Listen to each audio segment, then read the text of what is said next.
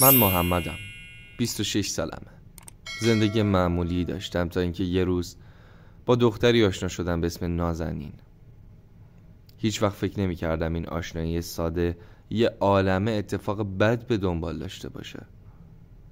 نازنین دختری بود که همیشه تو مهمونیا بود و خیلی راحت میتونه هر کسی رو جذب کنه. خب منم مثل بقیه جذب جذابیت و نگاه خاصه شدم. شروع کردیم به حرف زدن. اولش همه چیز ساده و بدون هیچ پیچیدگی بود. یعنی از این دخترایی بود که فقط با نگاه کردن به یه پسر میتونست مخ اون پسر رو بزنه.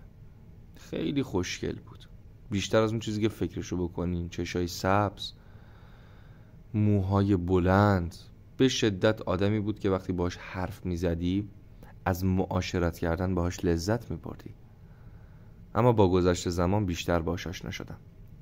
فهمیدم نازنین علاقه زیادی به مهمونی های شبانه و جمعای پر سر و صدا و جاهای شلوغ داره.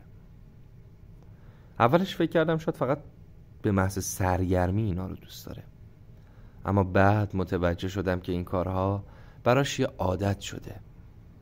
هر شب میرفت و من تنها میموندم. هیچ وقت نمیفهمیدم چه اتفاقی میفته تو اون مهمونی ها، ولی همیشه یه حس بدی بهم میداد. همش هم میگفتش که من تولد میرم، تولد فلانی میرم، دختره. من میفهمیدم منو میپیچونه. یه شب که نازنین دوباره به یکی از این مهمونی ها رفت، من تصمیم گرفتم خودم رو به یکی از دوستاش معرفی کنم و ببینم آقا قضیه چیه، چجوری داره میگذره. باش رفتم تو مهمونی. وقتی وارد مهمونی شدم خیلی زود متوجه شدم که اینجا دیگه یه چیز معمولی نیست. آدمایی که تو این جمع بودن خیلی فرق داشتن. مهمونی پر بود از کسایی که با دنیای من فاصله زیادی داشتن و شروع به رفتارهایی کردن که اصلا مناسب نبود. یعنی شما دیگه در نظر بگیره 1000 تا کار تو اون مهمونی میکردن. میرفتن تو اتاقا، درا رو میبستن و 2 تایی، 3 تایی، 4 تایی، 4 نفر، خودتون کاملا متوجه منظور من میشین، اصلا کار مناسبی نمیکردن. جالبیش میدونین چیه؟ با گذشت زمان متوجه شدم که نازنین تو این جمع‌ها با افراد مختلفی رابطه برقرار میکنه. اینطور که به نظر میرسید دیگه براش فرقی نداشت که با کی باشه. فقط میخواست تو این مهمونی‌ها باشه و از هر چیزی که داشت لذت ببره. من خیلی ناراحت شدم، ولی همیشه سعی میکردم که نذارم این موضوع رو رابطمون تاثیر بذاره. البته که بی غیرت بودم دیگه. یه جورایی میدونین چیه، وقتی عاشق میشی انقدر چشات کور میشه به یه مرزی میرسی، میگه آقا بذار هر کار میخواد بکنه فقط اینو داشته باشم، اگه بره من میمیرم. اما یه روز که به اتفاق نازنین رفتیم بیرون اتفاق بدی افتاد. من متوجه شدم که با یکی از دوستای قدیمیش که اونم تو همون جمع ها بود خیلی صمیمی شده. پسر بودا. به من میگفت آقا من دوست پسر دارم ولی دوست اجتماعیمه، من مشکلی باش ندارم، کاری نمی کنیم. این اتفاقه که فهمیدم اینا خیلی با هم صمیمی‌تر از اون چیزی که من فکرشو میکنم، من برام مثل یه شوک بود. هر چقدرم که میخواستم واقعیت رو بپذیرم انگار دیگه خیلی دیر شده بود. حس کردم که دیگه نمیتونم به کسی که به این راحتی همه چیزو فدای تفریح‌ها و مهمونیاش میکنه اعتماد کنم.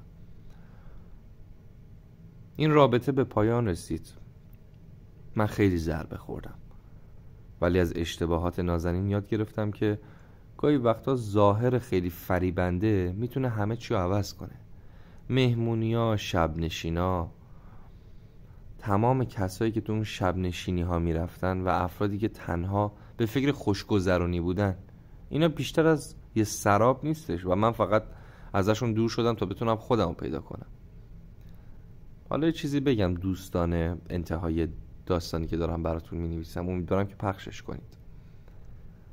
دختری که اهل مهمونی رفتن باشه، دختری که دوست اجتماعی داشته باشه، خیلی اتفاقا براش میفته. اینو دارم به اون پسری میگم که میخواد عاشق بشه، میخواد وارد رابطه با یک دختر بشه. اگر دوست اجتماعی داره، نمیگم نه ها، من خودم که کلا دیگه این قضیه خط قرمز منه، ولی شما اگر میخواین با یه دختر وارد رابطه بشین که دوست اجتماعی داره، خیلی حواستون رو جمع کنین. این یه نصیحت از منی که ضربشو خوردم. خدا نگهدارتون. امیدوارم که از شنیدن این داستان لذت برده باشین. اگر تمایل به شنیدن داستانهای بیشتر دارین، میتونید وارد کانال اول ما بشین و سابسکرایبش کنید. اسم کانال اول ما داستانیکا هستش که در قسمت درباره من یا about یا همون بایو این کانال یوتیوب لینک کانال اولمون یعنی کانال داستانیکا رو گذاشتیم که اگه روش کلیک کنید میتونید واردش بشین. اونجا هم هر روز مثل اینجا براتون داستان میذاریم. اگر هم تمایل دارین که داستانهای خودتون رو برای ما ارسال کنید، داخل دیسکریپشن همه ویدیوها آیدی تلگرامی ما هستش و میتونید داستانتون رو اونجا بفرستین. لطفا ویدیو رو لایک کنید، کانال ما رو سابسکرایب کنید و زنگوله بغلش رو بزنید و هر نظری دارین تو قسمت کامنت ها برامون بنویسین. تا یه داستان بعد، خدا نگهدار.